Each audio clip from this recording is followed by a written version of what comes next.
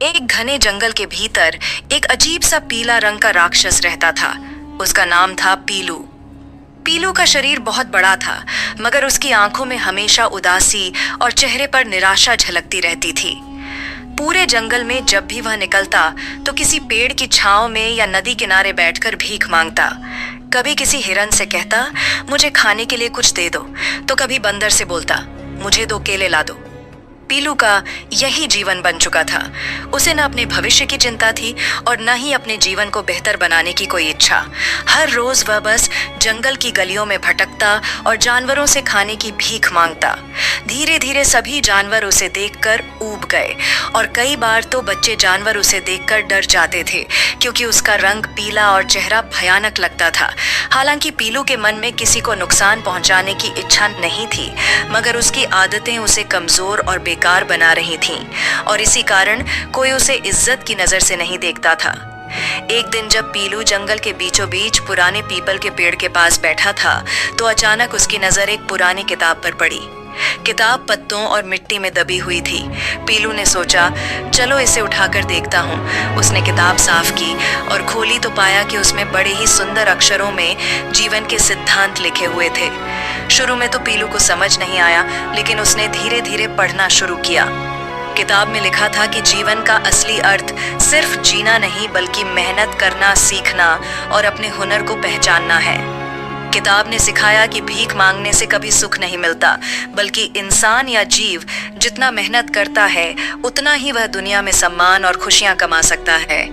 ये बातें पीलू के दिल को छू गईं। उसने पहली बार सोचा कि अब तक उसने अपनी जिंदगी का कितना बड़ा हिस्सा बेकार गंवा दिया। वह हर दिन दूसरों पर निर्भर रहा, मगर कभी खुद की ताकत पहचानने की कोशिश ही नहीं की। पीलू ने ठान लिया कि अब वह अपनी जिंदगी बदलेगा और मेहनत करेगा। अगले ही दिन से उसने छोटे छोटे काम करने शुरू किए।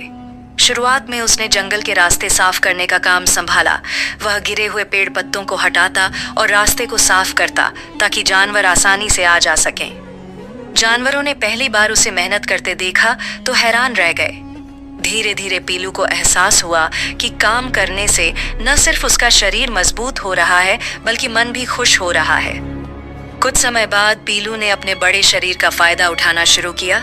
उसने लकड़ियां काटकर उन्हें इकट्ठा करना शुरू किया और ठंड के मौसम में वह उन लकड़ियों को बेच देता या उन जानवरों को देता जिन्हें ठंड से बचाव की जरूरत होती। इसी से उसने थोड़े पैसे और अनाज इकट्ठा करना शुरू कर दिया। किताब की सीख ने उसके मन को और मजबूत किया। उसने पढ़ा था कि शिक्षा और ज्ञान से जीवन बदलता है, तो वह हर रात उस किताब को पढ़ता और उसमें से नए विचार निकालता। जैसे जैसे समय बीता, पीलू ने कई हुनर सीख लिए। उसने जंगल के फलों से मिठाई बनाना सीखा। उसने नदी से मछलियां पकड़कर बेचनी शुरू की और साथ ही खेती के बारे में भी ज्ञान जुटाया। धीरे धीरे उसने एक छोटा सा खेत तैयार कर लिया, जिसमें वह सब्जियां उगाने लगा। जब जानवरों ने देखा कि वही पीलू जो कभी भीख मांगता था अब अपनी मेहनत से फसल उगा रहा है, तो सब उसके काम की तारीफ करने लगे। पीलू का आत्मविश्वास और बढ़ा। अब वह किताब से सीखी बातों को दूसरों को भी सिखाने लगा। वह कहता, मेहनत कभी व्यर्थ नहीं जाती और जो मेहनत से भागता है वह हमेशा दुखी रहता है। कुछ सालों में पीलू जंगल के सबसे अमीर और सम्मानित जीवों में गिना जाने लगा। अब उसके पास खुद की जमीन थी, अनाज का भंडार था और व्यापार भी चल रहा था, मगर उसने कभी घमंड नहीं किया। वह हमेशा विनम्र रहता और जरूरतमंदों की मदद करता।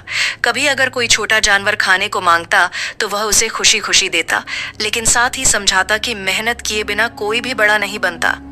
अब जो जानवर पहले उससे डरते थे, वही उसके पास आकर सीखने लगे।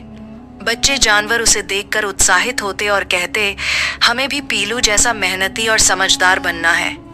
पीलू की मेहनत और सोच ने न सिर्फ उसकी, बल्कि पूरे जंगल की जिंदगी बदल दी। अब जानवर भी अपने अपने काम मेहनत से करने लगे और भीख मांगने या आलसी बनने से बचने लगे। जंगल में एक नया वातावरण पैदा हुआ, जहां हर कोई काम करता और मिलकर खुशहाल जीवन बिताता। पीलू की सबसे बड़ी जीत यह थी कि उसने न सिर्फ अपने जीवन का असली मतलब समझा, बल्कि दूसरों को भी वही रास्ता दिखाया। अब उसे देखकर कोई डरता नहीं था, बल्कि गर्व से कहता, यही है हमारा पीलू, जिसने मेहनत और ज्ञान से जीवन की दिशा बदल दी।